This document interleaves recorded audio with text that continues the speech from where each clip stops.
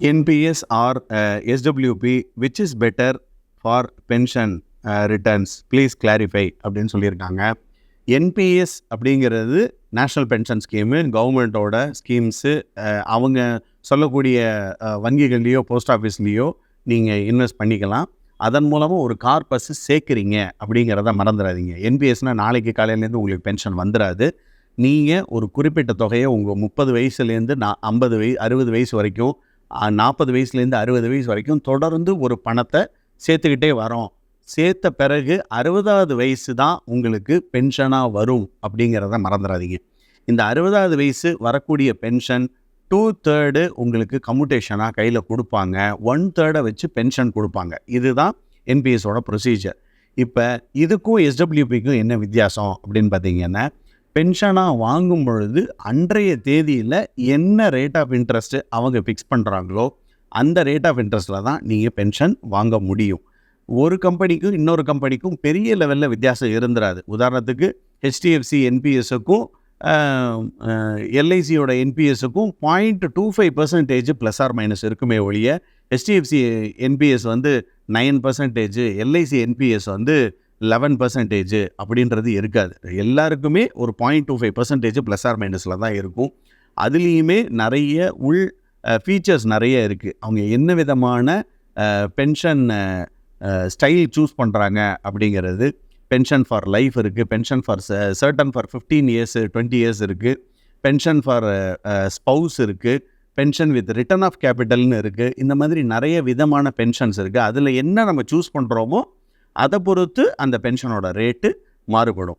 இதுக்கும் எஸ்டபிள்யூபிக்கும் என்ன வித்தியாசம் அப்படின்னு சொல்லி பார்த்தா, இந்த டோட்டல் கார்பஸை பென்ஷன் ஃபண்டு கொஞ்சம் இதுவாக தான் ஹேண்டில் பண்ணுவாங்க, அதாவது சேஃபராக தான் ஹேண்டில் பண்ணுவாங்க. அந்த பென்ஷன் கார்பஸை ஒன்லி ஆன் டெத்து தான் நம்ம வாங்க முடியும். ஆனால் எஸ்டபிள்யூபி அப்படின்னு சொல்லி வரும்பொழுது இந்த டோட்டல் கார்பஸை நம்ம தான் மேனேஜ் பண்ணுறோம். நம்ம வேணும்னு நினச்சா ஒரு பெரிய விட்ராயலோ ஒரு சிஸ்டமேட்டிக் விட்ராயலோ நம்ம பண்ணிக்கலாம். இந்த அடுத்த 5 வருஷத்துக்கு நான் 7% பண்ணுறேன் சார், அதுக்கப்புறமா இன்ஃப்ளேஷன் கூட்டிடுச்சு, நான் 8% பண்ணுறேன் இல்லை 9% பண்ணுறேன்னு நான் கூட்டலாமான்னு எஸ்டபிள்யூபியில் கூட்டலாம். பென்ஷனை பொறுத்தளவு கூட்ட முடியாது.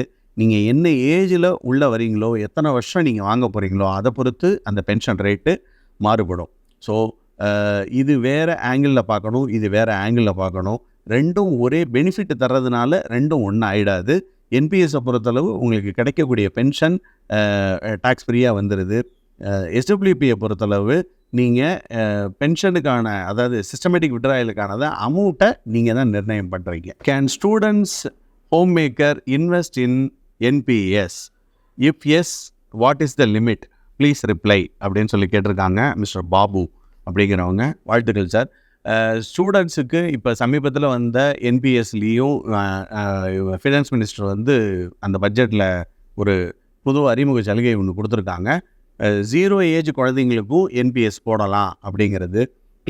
ஸோ தட் அந்த 0 ஏஜ் குழந்தைங்களோ இல்லை ஒரு 1-2 வயசு குழந்தைங்களுக்கோ நம்ம போடும்போது நம்மளுக்கு அவங்களுக்கு வந்து ரிட்டையர்மெண்ட்டுக்கான ஸ்பேஸ் வந்து 18 வருஷம் வரைக்கும் குழந்தைங்க கட்டிக்கிட்டு இருப்பாங்க. ஒரு 20-25 வயசுலேருந்து அவங்க வேலை பார்க்க ஆரம்பித்ததுக்கப்புறமா அடுத்த ஒரு 25 வருஷம் கட்டுறாங்கன்னா கிட்டத்தட்ட அவங்களோட ரிட்டையர்மெண்ட் கார்பஸ் 30லேருந்து 40 வருஷம் அவங்க ரிட்டையர்மெண்ட்டுக்குன்னு சேவ் பண்ணி வச்சுட்ருப்பாங்க. அது மிகப்பெரிய தொகையாக இருக்கும் அப்படிங்கிறத மறந்துடாதீங்க. என்பிஎஸ்ஸு யார் வேணாலும் போடலாம். ஸ்டூடெண்ட்ஸ் போடலாம், விமென் போடலாம், டீச்சர்ஸும் போடலாம், யார் வேணாலும் ஹோம் மேக்கரும் போடலாம், யார் வேணாலும் என்பிஎஸ்ஸும் போடலாம். அதில் வந்து எந்த பாகுபாடும் கிடையாது.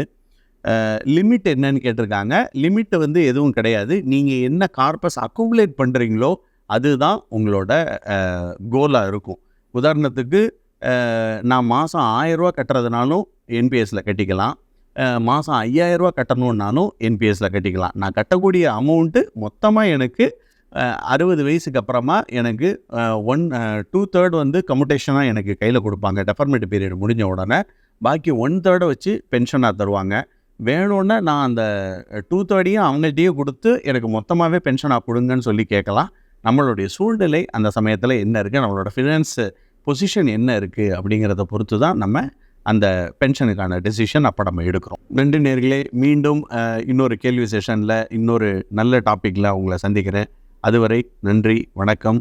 வாழ்க வளமுடன். ஈவினிங் போய் இந்த பஜ்ஜி போண்டா சாப்பிட்றாரு பார்த்தீங்களா, அதில் தான் ஹார்ட் அட்டாக் வரும். ஸோ நான்வெஜ்ஜில் வந்து ரெட் மீட் நிறையா பீஃப், போர்க், மட்டன் நிறையா சாப்பிட்டாங்கன்னா ரிஸ்க்ஸ் ஹையர், சரிங்களா? ஏன்னா அதில் கொலஸ்ட்ரால் லெவல்ஸ்லாம் ரொம்ப அதிகம். ஹார்ட் அட்டாக்னா என்னென்னா இதயத்துக்கு போகிற ரத்த ஓட்டம் அடைப்பு ஏற்பட்டு.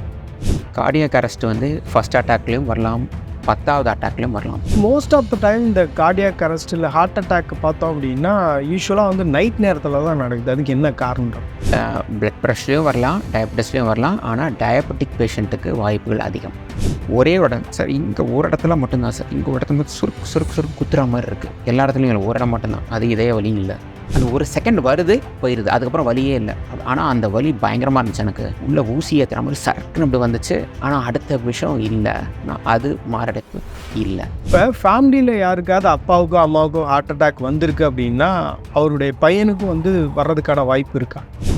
வாய்ப்புகள் இருக்குது. இப்போ சப்போஸ் நிறைய ப்ரான்ஸ், கிராப் அது ரெகுலராக சாப்பிட்றவங்களுக்கும் வந்து கொலஸ்ட்ரால் ரொம்ப அதிகமாக இருக்கும். நிறைய நான்வெஜ் சாப்பிடுவாங்க, நைட்டு ஒழுங்காக தூங்க மாட்டாங்க.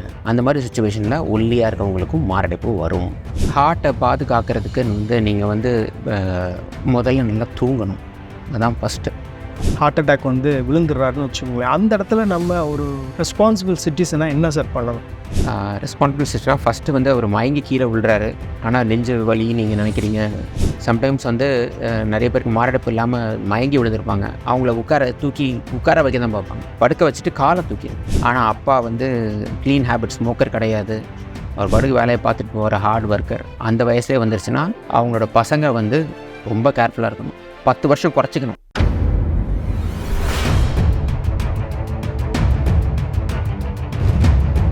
மேலும் ஈடி தமிழ் சேனல்ல வரப்போகும் பிசினஸ் மற்றும் அது ரிலேட்டடான வீடியோவை பார்க்க உடனே கீழே இருக்க சப்ஸ்கிரைப் பட்டனை கிளிக் பண்ணுங்க.